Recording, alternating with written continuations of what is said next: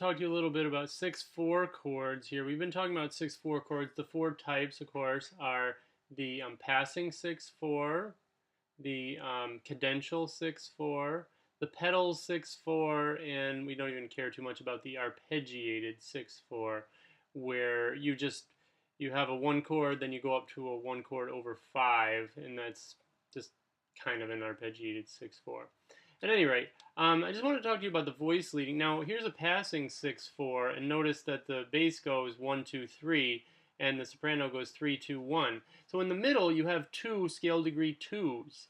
Well, that is the fifth of the chord, and it's also the bass note of this chord. So in 6/4 chords, we refer to doubling the bass as the main goal. So this is an example of why you would double the bass in this progression.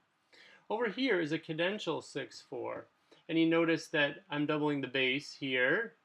And then, very common, leaping an octave to where the 1/6/4 turns into a 5. I'm leaping an octave in the bass. This is very, very common in all kinds of writing, but especially Bach.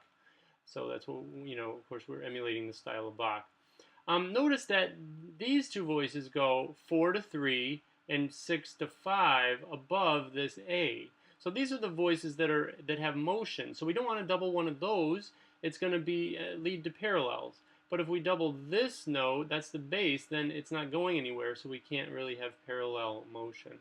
Notice that if we go to a 5/7, we have basically the same voice leading, but this 8/7 progression here, A to G, is going to make that into a Fa, and Fa goes to Mi, right? So you're going to get a different doubling here on the last chord. You're going to get 3 roots and 1 third, okay? So that's the way that's going to work out. Here is a neighboring 6/4, or sorry, pedal 6/4 is what we call it. And that's why, because we have a pedal in the bass, right? So notice that this DDD is also doubled in the alto voice. That's the voice that does not go anywhere, so that's a good voice to double. Okay, above it we have 5/6/5 and 3/4/3, and that's what makes this 6/4 chord, this 4/6/4 chord in the middle. Again, we're doubling the bass, the fifth of the chord on all three of these. And finally, I gave you an example of what not to do. Here is just the first inversion 5 chord, then leaping to a 6/4, 7 diminished 6/4, and leaping to a, I'm reading it backward, a 4/6/4.